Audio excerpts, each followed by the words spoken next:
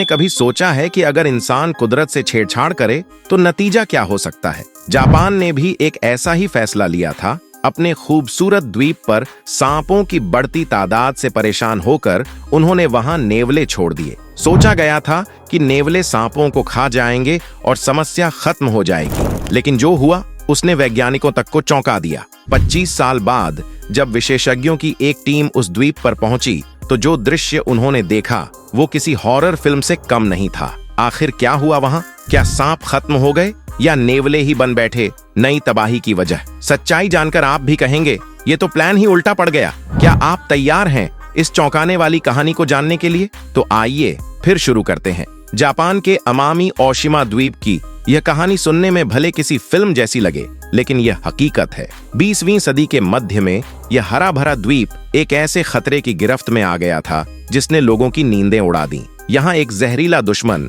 दिन ब दिन मौत की परछाई बनता जा रहा था, हाबू सांप। इन सांपों का जहर इतना घातक था कि अगर सही समय पर इलाज न मिले तो कुछ ही घंटों में मौत तय मानी जाती थी। गांवों में खेत जोतते किसान, रात में घर लौटते मजदूर या जंगलों से लकड़ी लाते ग्रामीण, कोई भी सुरक्षित नहीं था।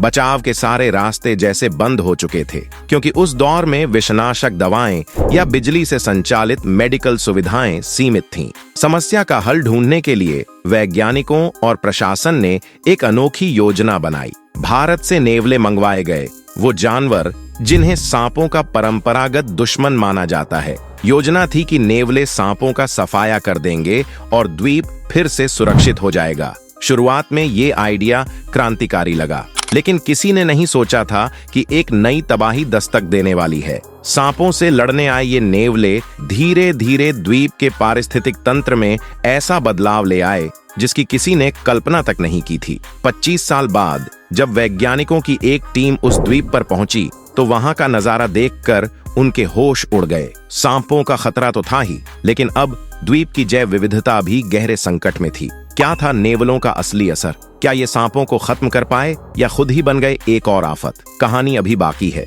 जापान की सरकार एक बड़ी दुविधा में पड़ गई। आनन फानन में बुलाई गई उच्च स्तरीय बैठक में द्वीप को सांप के अभिशाप से मुक्त करने के तरीकों पर चर्चा शुरू हुई। ठीक इसी समय एक वैज्ञानिक ने ऐसे प्राणी छोड़ने का प्रस्ताव दिया जो न सिर्फ सांप खाएंगे बल्कि सांपों के जहर से उन्हें कोई नुकसान भी नहीं होगा। प्रकृति के माध्यम से ही प्रकृति को नियंत्रित करने की इस अनोखी धारणा को सरकार ने स्वीकार कर लिया। लंबे विचार विमर्श के बाद बाकी वैज्ञानिकों ने नेवले को चुना, सांपों के खिलाफ लड़ाई का एक अदम्य योद्धा।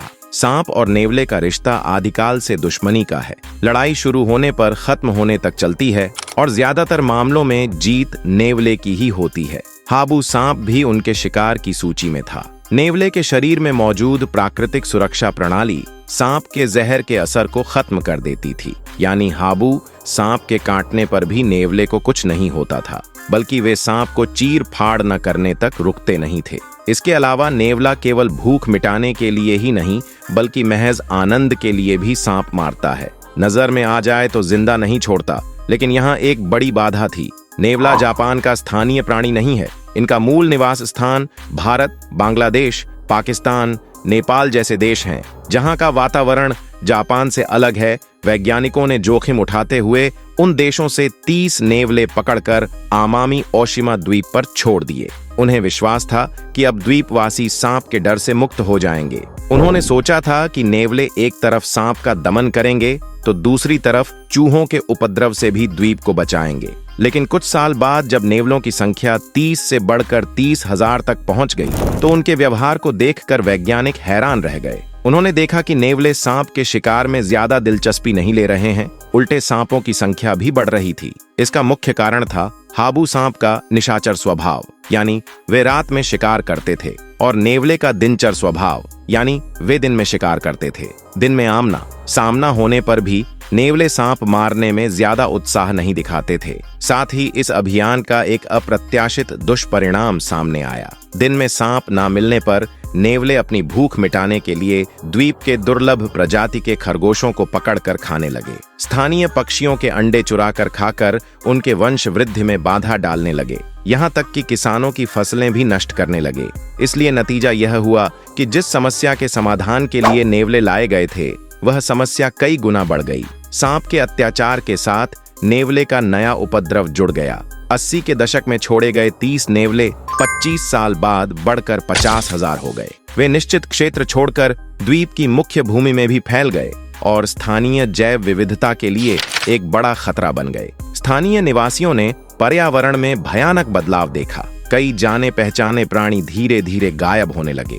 वे समझ गए कि नेवले सांप नहीं मार रहे हैं, बल्कि प्रकृति के सामान्य संतुलन को नष्ट कर रहे हैं। वैज्ञानिक भी समझ गए कि अगर यह स्थिति जारी रही तो द्वीप की अपनी जैव विविधता पूरी तरह नष्ट हो जाएगी। इसके बाद शुरू हुई नई लड़ाई, इंसान बनाम नेवला। नेवलों की संख्या नियंत्रित करने के लिए एक विशाल अभियान शुरू हुआ। लोगों ने फंदे लगाए, प्रशिक्षित कुत्तों की मदद ली। नेवलों की संख्या बढ़ते देख स्थानीय लोग एक नए और कठिन दुश्मन का मुकाबला करने में जुट गए। आखिरकार जापान की सरकार ने स्थिति की गंभीरता को समझते हुए 2000 की शुरुआत में ही नेवला उन्मूलन अभियान की घोषणा की। इन्हें पकड़ने के लिए विशेष दल बनाए गए। पूरे अमामी ओशिमा द्वीप पर व्यापक तलाशी और धरपकड़ चली, लेकिन छोटे और तेज गति वाले नेवलों को पकड़ना मुश्किल था। इसीलिए सरकार नेवलों की आवाजाही वाले इलाकों में गुप्त रूप से कैमरे लगाकर उनके आने जाने के रास्ते चिन्हित करके विशेष फंदे लगाए। जहां नेवलों की संख्या ज्यादा थी, वहां खाने में जहर मिलाया गया। विशेष रूप से प्रशिक्षित कुत्ते गंध सूंघकर नेवलों के छिपे हुए ठिकानों का पता लगाते थे। हर रात यह दल द्वीप पर अभियान चलाता था। सालों साल आखिरकार 2018 में जापान की सरकार ने अमामी ओशिमा द्वीप को पूरी तरह नेवला मुक्त घोषित किया। इस अभियान में लगभग 40,000 नेवलों को पकड़ा या मारा गया। सुनने में क्रूर लग सकता है, लेकिन द्वीप की जैव विविधता बचाने के लिए यही एकमात्र रास्ता था, क्योंकि तब तक नेवलों के झुंड ने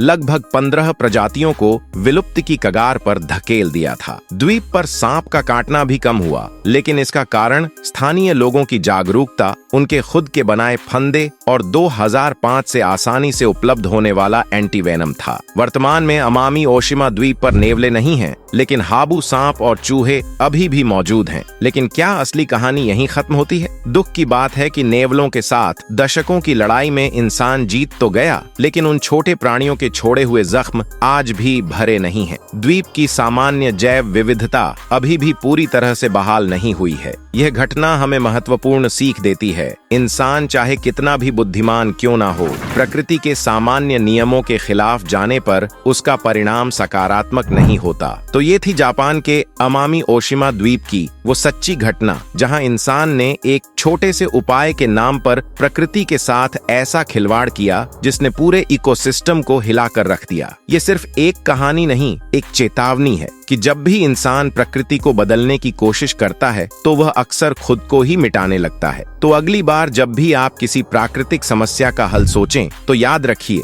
प्रकृति से लड़ना नहीं, उसे समझना जरूरी है। अगर आप भी मानते हैं कि प्रकृति का संतुलन बनाए रखना हमारी जिम्मेदारी है, तो इस वीडियो को एक लाइक जरूर दीजिए और नीचे कमेंट में बताइए कि आप इस बारे में क्या सोचते हैं। और हाँ, ऐसे ही चौंकाने वाले और सच्ची घटनाओं पर आधारित वीडियो के लिए हमारे चैनल को सब्सक्राइब करना मत भूलिए।